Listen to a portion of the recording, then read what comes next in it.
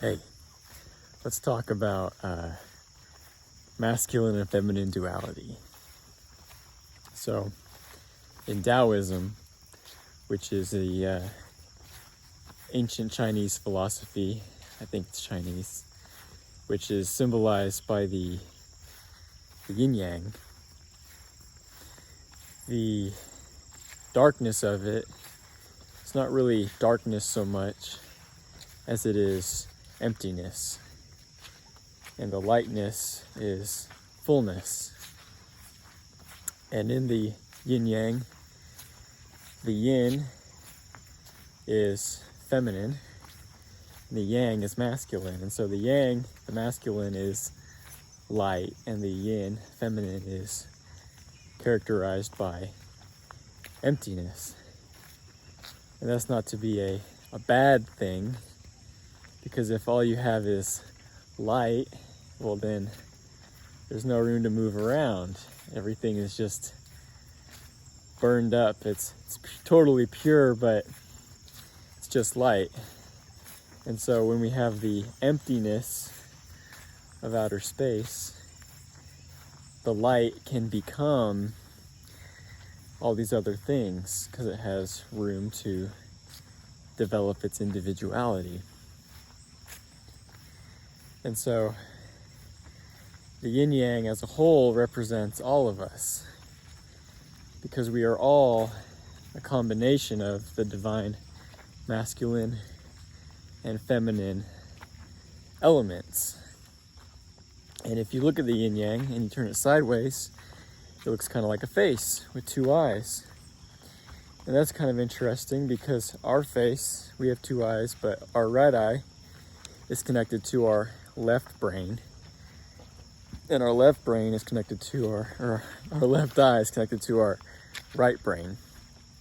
And so it's all weird and crisscrossed, but it's also balanced.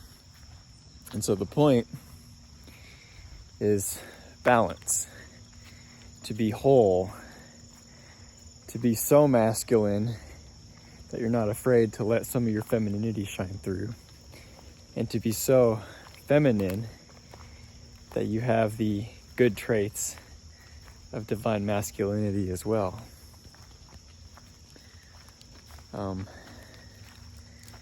Archetypally speaking, an archetype is like a role that's played, like the king, the queen, the fool, the magician, the warrior. Those are archetypes. Regarding archetypes, the divine masculine is the Christ.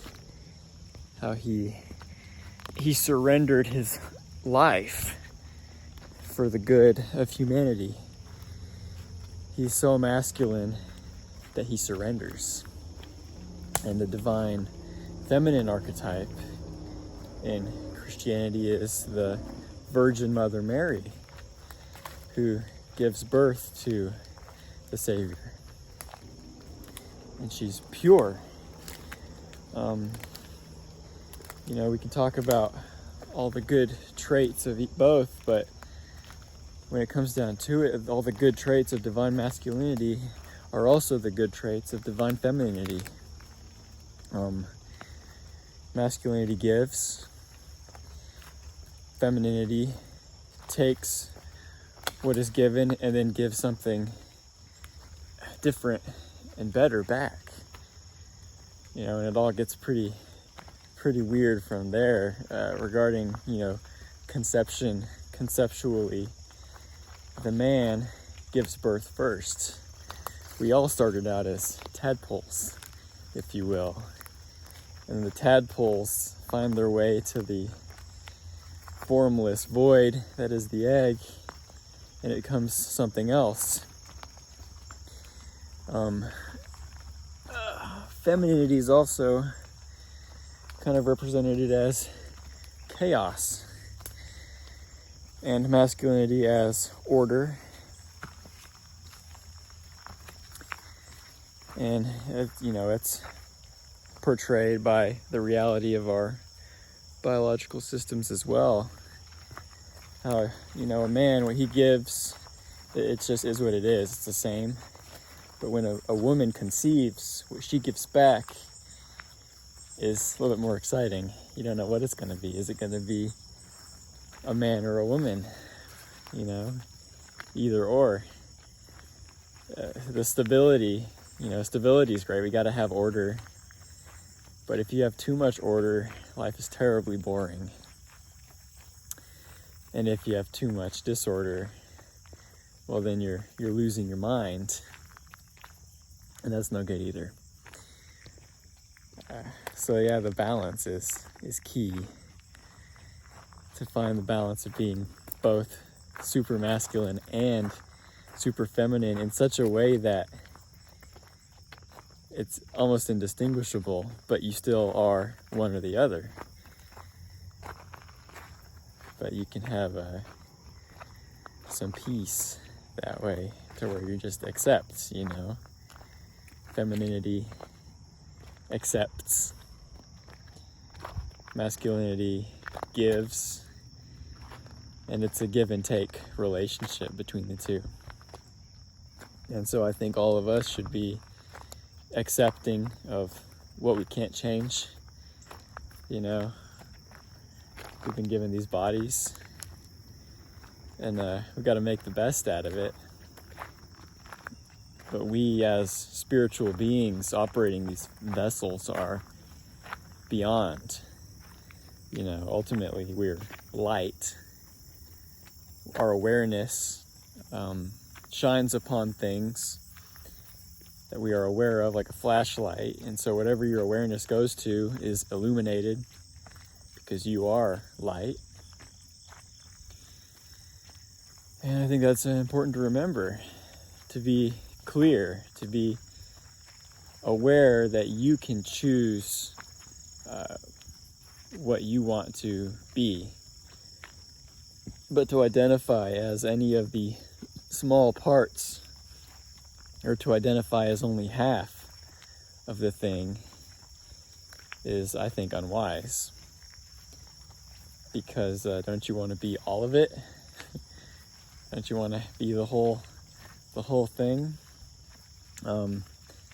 In esoteric symbolism, masculinity is symbolized by a right side up equilateral triangle, and femininity is that same triangle but inverted. And so the right side up version is very stable. It's a pyramid, and it is what it is. And the feminine version can go this way or that. It can tip either way, and we need both of those. And so when you put both of those triangles together, it creates a Star of David. And biblically, it says that we, man and woman, are created in God's image. I think that's pretty cool. And if you make those triangles three-dimensional and you intersect them, it creates a star tetrahedra, or some people call it a Merkaba. And that's a shape that represents, divine perfection and the balance of masculine, feminine polarity and energy. And it also happens to look like a face that's looking every direction at once. And that is pretty nifty. And so I think that's about it. Don't know what else to say about it, except to just be aware of that, Be divine. We all know how toxic masculinity is. We know how toxic femininity is too. And as long as we're striving toward divine masculinity and divine femininity, well, then there's no confusion. There just is a striving to be more perfect, no matter what you are. But we should seek balance in our relationships, in our decisions.